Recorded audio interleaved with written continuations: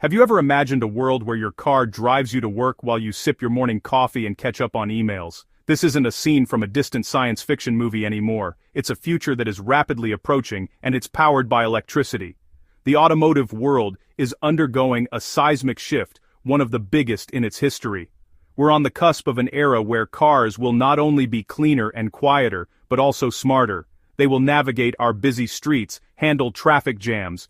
Let's break it down into simple terms. An autonomous electric vehicle combines two revolutionary technologies. The autonomous part means the car can drive itself. It uses a suite of sensors and an onboard computer. The sensors perceive the world around it. The computer makes decisions. It operates the vehicle without a human needing to intervene. It can steer, accelerate, brake on its own.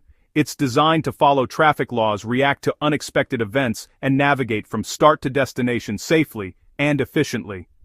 The EV part means the car runs on electricity instead of gasoline or diesel. It uses electric motors powered by a large rechargeable battery pack. The race to build the first truly autonomous electric car is one of the most exciting competitions in the modern tech and automotive industries. It's a field crowded with established giants, nimble startups, all vying to define the future of mobility. One of the most recognizable names is Tesla.